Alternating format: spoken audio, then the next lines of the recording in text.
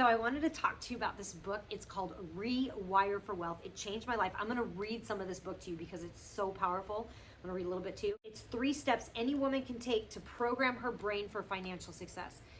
Now, I just thought I'm going to read this book because, I'm in a group of real estate investor goddesses, and we have a book that we read together. And so I was able to actually meet Barbara Huson over a Zoom and tell her to her face how much she's changed my life. And this book, I just thought, okay, I'm going to get this book and I'm going to learn and stuff. I didn't realize the journey this book was going to take me on. And I've done a ton of self-help, a ton of self-growth. I've been into personal growth for years. I really believe on working on ourselves all the time. I believe in trying to be the best version of ourselves that we can possibly be.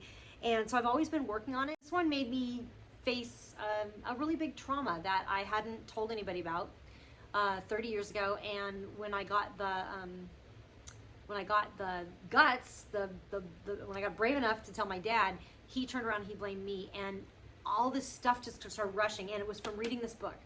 And the thing in the beginning of the book, it asked me, what do I want to accomplish from reading this book? And I said, I want to see what's blocking me, what's stopping me from money. So I'm going to read this part to you because it's really incredible.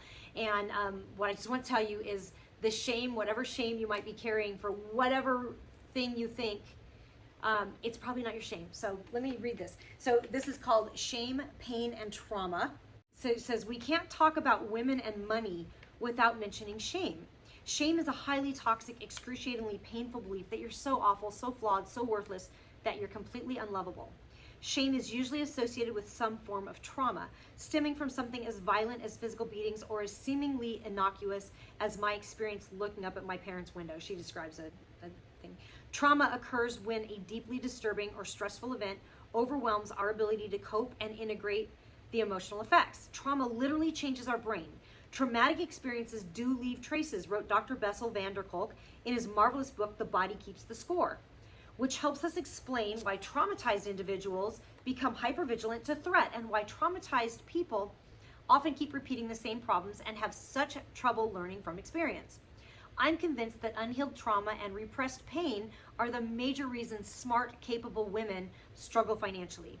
When shame is triggered, our ego, like a barking guard dog warning of impending danger, sends our primitive brain into a full-on fear response. It's like our IQ drops 30 points. Brett Lyon, founder of the Center for Healing Shame, explained during a workshop I attended. We can't think, we freeze, we feel stupid, and we're at a loss for words. Of course, our instinctive reaction is to bury those feelings under a thick bundle of distractions. I call it the secret shame of successful women.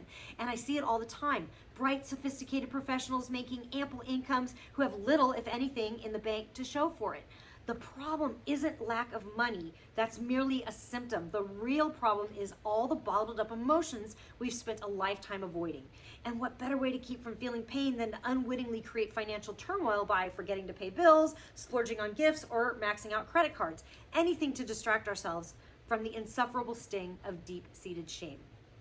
These behaviors are similar to how others numb themselves with constant busyness, overeating, or other addictions. Unfortunately, research has proven that submerging emotions actually intensifies anxiety. Not only is suppression ineffective at handling fear, but it's counterproductive, explains James Dillard, distinguished professor of communication arts and sciences at Penn State. It creates a cycle of fear. It's a vicious cycle. Or as Sigmund Freud graphically stated, unexpressed emotions will never die. They're buried alive and will come forth in uglier ways. Buried emotions lock us into habitual patterns. Years ago, I had a client who struggled her whole life with chronic debt. The day that she paid it off completely, she was suddenly flooded with scenes of early abuse. Financial tension had conveniently masked those terrible memories. I assured her those memories were coming up to be healed and she didn't have to slip back into debt, as most people tend to do. I urged her to find a specialist in trauma therapy, which she did right away. As she later told me, facing my pain has literally led to financial gain. But here's what I've come to understand after decades of working with thousands of women. Money shame is ubiquitous, regardless of one's economic status. I got my first glimpse of this many years ago during a conversation with a friend.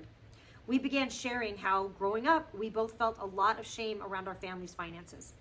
I, raised in wealth, hated feeling different from my friends, never knowing if they liked me for myself or for my rich parents. She, raised in poverty, loathed feeling inferior to her classmates, always suspecting they pitied or looked down on her. Essentially, money itself, or the lack of it, is never the true source of our shame. Money is simply a magnifier, amplifying the shame we already carry, the traumatic memories indelibly inked in our psyche. The secret to financial security for many lies in transforming toxic shame. So this is what I read, and then she also recommends getting an EMDR therapist, which I went and did, and it's fantastic because I'm really starting to see the patterns of choices I made, money, and how it's all just so connected and so tied in.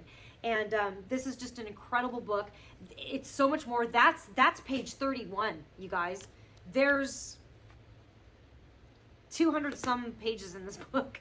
That's just the beginning, and I had that much of a transformation in just the beginning. I'm nearly to the end now. She says, if mastering your money feels daunting, you need this book. Barbara expertly exposes what could be holding you back with simple, practical solutions to finally rewire your thinking and truly build a wealthy life. This has completely rewired me. This book is not a book, it's a journey. And I recommend that you take it.